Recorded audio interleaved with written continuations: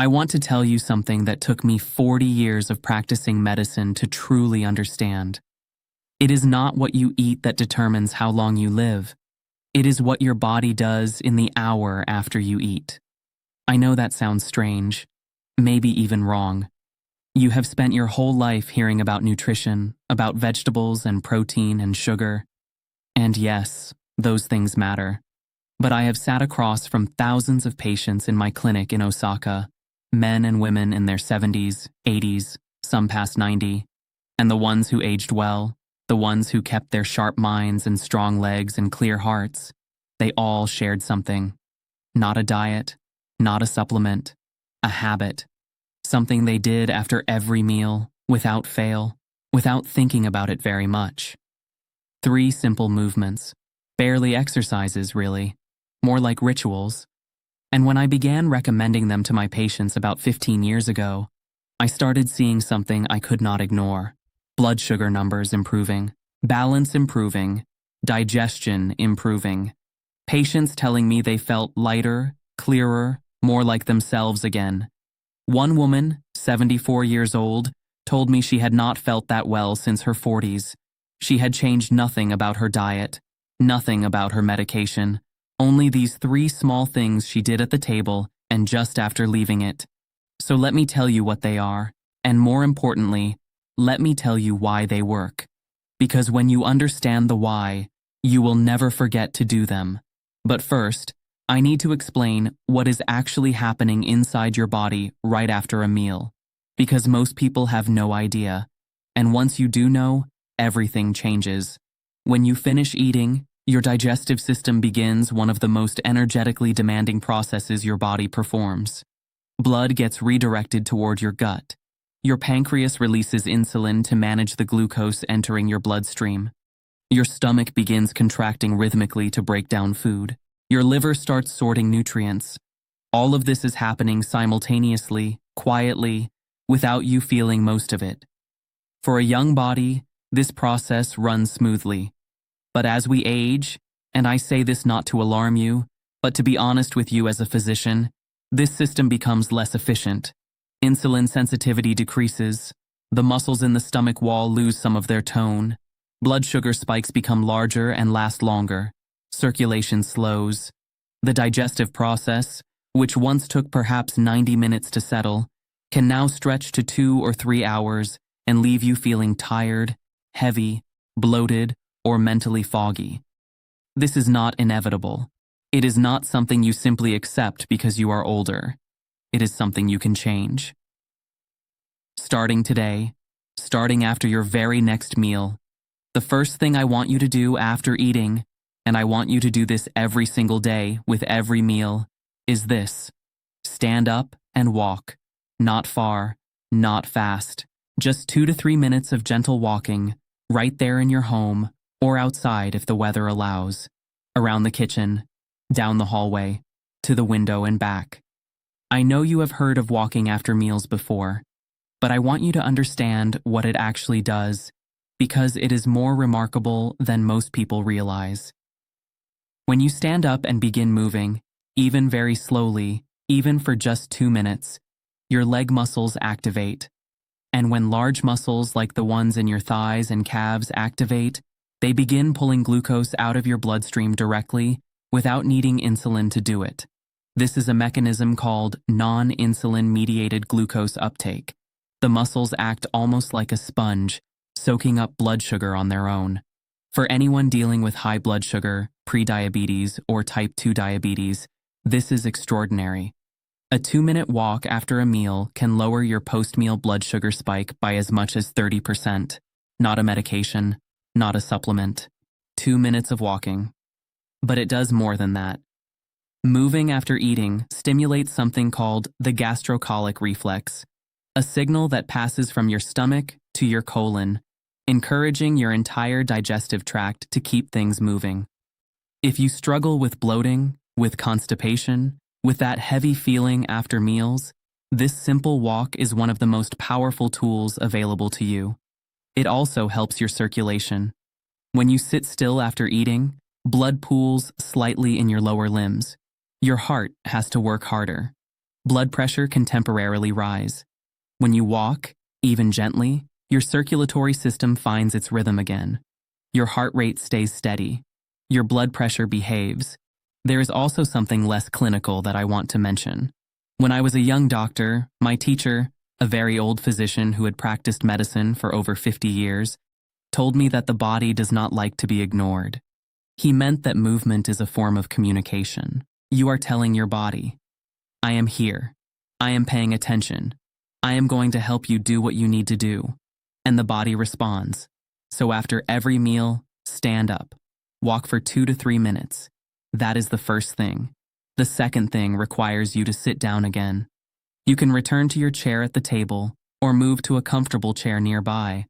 I want you to sit upright, not rigidly, but with your spine gently tall, and I want you to breathe. Specifically, I want you to practice what I call the long exhale breath. You breathe in through your nose for a count of 4, then you breathe out through your nose or your mouth, slowly, completely, for a count of 7 or 8. You repeat this 5 times, that is all. It takes less than 2 minutes. This is not meditation, though it shares some qualities. It is not spiritual practice, though some people find it becomes one. It is physiology, pure and simple. Here is what is happening. Your digestive system is governed almost entirely by the parasympathetic nervous system, the branch of your nervous system that controls what scientists call rest and digest functions. When you are stressed, when you are anxious, when your body is in a state of alertness, your sympathetic nervous system dominates. Digestion slows down or shuts off almost entirely. Your stomach acid decreases. Enzyme production decreases. The rhythmic contractions of your gut slow and become irregular. This is why eating while stressed, eating quickly, eating while watching something upsetting on television, all of these things harm your digestion. Your body cannot do 2 things at once. It cannot be in fight or flight and digest your food properly at the same time. The long exhale breath directly activates your parasympathetic nervous system. The extended exhale stimulates the vagus nerve, the long, wandering nerve that connects your brain to your heart, your lungs, your stomach, your intestines. When the vagus nerve is stimulated, your heart rate slows, your digestive enzymes increase, your stomach muscles relax and then engage properly. Your entire gut signals that it is safe to do its work. Many of my older patients have told me this is the single most powerful change they made. Not because the breathing itself felt dramatic. Most of them said it felt almost too simple.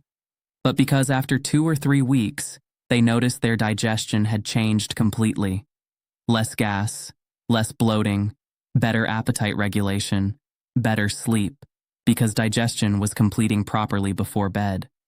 One patient, a retired school teacher in his early 70s, had suffered from chronic acid reflux for 11 years. He had tried every medication. Within 6 weeks of doing this breathing practice after every meal, his reflux was almost entirely gone. He still does it every day. He is 79 now. I am not saying this will cure everything. I am saying the body is more responsive than we give it credit for. Sometimes the most ancient signals, the breath, the rhythm, the stillness, are more powerful than we expect. So sit down after your short walk. Breathe in for 4 counts. Breathe out for 7 or 8, 5 repetitions, every meal. The third thing is perhaps the one that surprises people most when I first describe it, because it does not look like an exercise at all. I want you to practice what I call the seated ankle and calf sequence. You remain seated, feet flat on the floor. You lift just your heels off the ground, pressing your toes down, raising your calves. Hold for 2 seconds, then lower. Then lift your toes, pressing your heels down, engaging your shins. Hold for 2 seconds. Lower. You alternate these 2 movements, heels up, toes up, for about 2 minutes. Slowly, deliberately, feeling the muscles working. That is it. Seated at your table, moving only your feet and lower legs. Now let me tell you what this accomplishes, because it is genuinely impressive. Your lower legs, specifically your calves, contain what physicians sometimes call the second heart. This is not a metaphor. It is a functional description. The calf muscles, when they contract, squeeze the large veins running through them and actively pump blood back up toward the heart. When you are sitting still, especially after a meal when blood has been redirected to your digestive system, blood can pool in your legs. This contributes to swelling, to a feeling of heaviness, to varicose veins, and, in more serious cases, to the conditions that lead to blood clots. By activating your calf muscles rhythmically while seated, you are essentially helping your cardiovascular system do its job. You are reducing the pooling. You are improving venous return. You are keeping circulation moving throughout the post-meal period when your body is focused inward on digestion. But there is more. This gentle exercise also activates the same muscle groups that are responsible for your balance and your ability to catch yourself if you stumble. Falls are one of the greatest health threats for people over 65. Not because the fall itself is always catastrophic, though sometimes it is, but because the fear of falling changes how people move. It makes them more tentative, more sedentary, more likely to hold walls and avoid stairs and reduce their world gradually, without even realizing it. The muscles in your lower legs and ankles are the first responders when your balance is challenged. They are the muscles that make the split-second adjustment that keeps you upright. And like any muscles, they weaken with disuse and strengthen with use. Doing this sequence twice a day, after lunch and after dinner, gives these muscles nearly 20 minutes of deliberate activation per week, without any special equipment, without any gym, without any risk of injury. The research on this is clear. Ankle and calf strength training, even mild and seated, measurably improves balance scores in older adults within 4 to 8 weeks. There is also the blood sugar effect again. Remember what I said about large muscles pulling glucose from the bloodstream without insulin? Your calf muscles are large muscles. Activating them after a meal adds another layer of blood sugar regulation on top of the walking you already did. And one more thing, which I mention because I believe in being complete with my patients.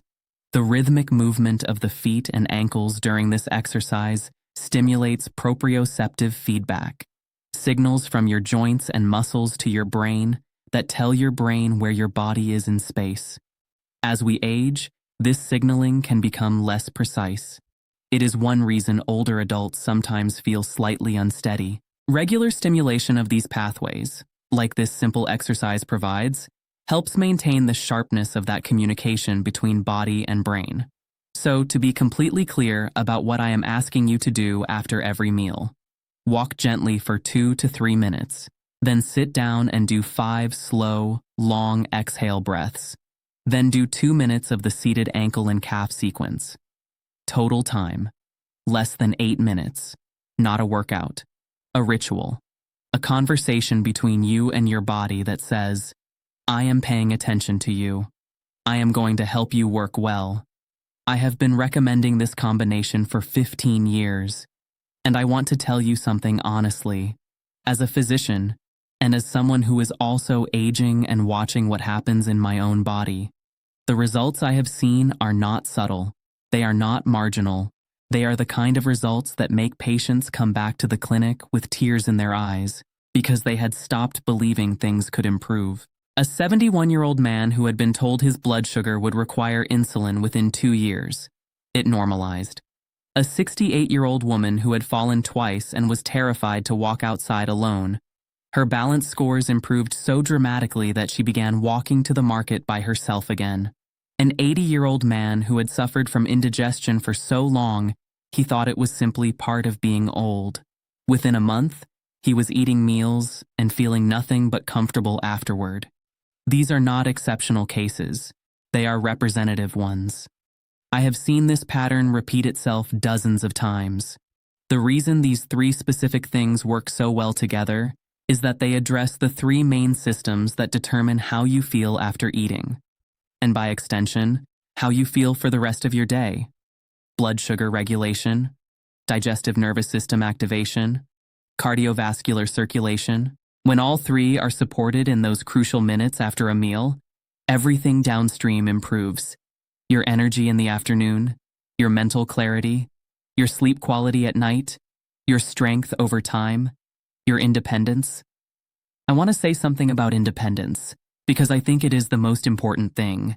In Japanese culture, there is a concept, I suspect it exists in every culture in some form, of wanting to live fully until the very end. Not just to live long, but to live well. To be able to walk to the garden, to be able to sit at a table with family and eat a proper meal, to wake up in the morning feeling like yourself. The small things you do every day, not just the dramatic interventions, not just the surgeries and the medications, but the daily rituals, the small acts of care. These are what determine the quality of your later years more than almost anything else. I have seen this clearly. Medicine can treat disease, but daily practice determines vitality. These 3 things you can do after every meal are not a cure for anything. I want to be careful to say that. They are not a substitute for medical care. If you have health conditions, please continue working with your physician, but they are something that belongs to you. Something no prescription is required for. Something you can begin today, after your very next meal, that your body will thank you for in ways you will start to notice within days and continue benefiting from for years. I began doing them myself about 12 years ago. I eat dinner at home, slowly, usually with my wife. When we finish, I stand up and walk a few laps around our small garden. I sit back down and breathe. I do the ankle sequence while we drink tea. It has become as natural as the meal itself. My wife says it is the best medical advice I have ever given. I told her that I am not sure I deserve credit for it. The body already knew what it needed. I simply learned to listen.